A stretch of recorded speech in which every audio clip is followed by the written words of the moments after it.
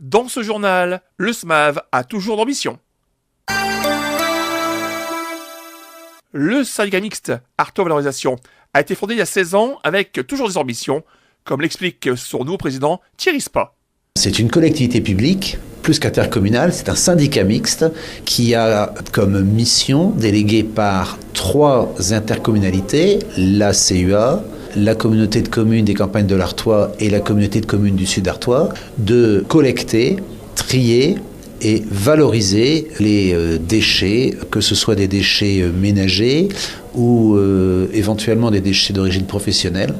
ou des déchets issus des espaces verts, éventuellement de l'agroalimentaire, sur ces 3 territoires. Est-ce que le SMAV a de bons résultats en termes de tonnage de déchets collectés ? Oui, le SMAV est quand même une structure assez exemplaire, même au niveau national, puisque en gros, en 7 ans, 12 à 14% de croissance, donc ce qui devrait faire penser qu'il y a une augmentation de la consommation et donc de la production de déchets. Quand je parle de croissance, c'est pas la croissance du SMAV, c'est la croissance nationale. Et pourtant, depuis 2010-2011, la production de déchets n'a pas augmenté. Donc, bien évidemment, il y a eu un effort, une sensibilisation efficace de la part des particuliers et aussi des entreprises pour ne pas augmenter leur production de déchets. Et il y a aussi eu donc bien évidemment le rôle aussi du SMAV en termes justement de sensibilisation, d'éducation à l'environnement qui là produit des effets. Mais vous voulez encore aller plus loin d'ici 2020, voire 2050 ? Oui, tout à fait. Nous, ce qu'on souhaite, c'est de baisser encore de 25% la production de déchets, de réduire complètement les déchets qui partent à l'enfouissement, ce qu'on appelait auparavant les décharges, donc c'est-à-dire de revaloriser au maximum la totalité des déchets récupérés par le SMAV, que ce soit au niveau des emballages, au niveau des biodéchets, au niveau des déchets verts, etc., que ce soit en valorisation matière, donc pour fabriquer autre chose, par exemple du compost, par exemple avec du bois, d'autres outils, mais aussi en valorisation énergétique, puisque le SMAV fait partie des territoires qui ont été retenus par la région pour être le siège d'un technocentre consacré à la fois à la production de biométhane, mais aussi à la formation et à la recherche et développement sur justement le biométhane injecté pour des réseaux de chauffe, éventuellement pour la circulation de véhicules automobiles. C'est la raison pour laquelle vous avez également mis à jour un guide du tri des bonnes pratiques. Oui, alors le guide du tri,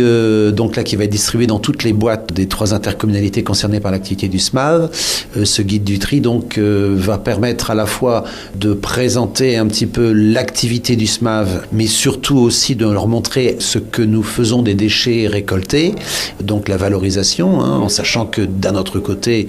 comme le disait le défunt président Van Rappeneau, le bon déchet est celui que l'on ne produit pas, et ensuite surtout toute une partie qui va permettre aux gens de découvrir des recettes pour produire moins de déchets, que ce soit en épluchure, en emballage, etc., ou éventuellement grâce à la production, quand on a la chance d'avoir un jardin, la production de plantes intéressantes qui vont permettre à la fois de fabriquer soi-même des cosmétiques, des produits d'entretien, éventuellement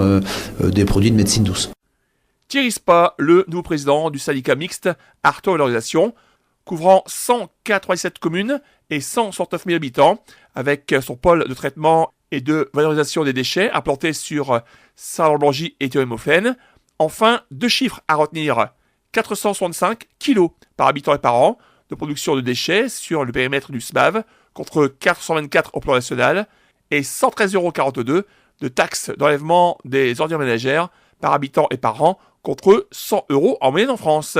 Tout de suite, l'actu du monde.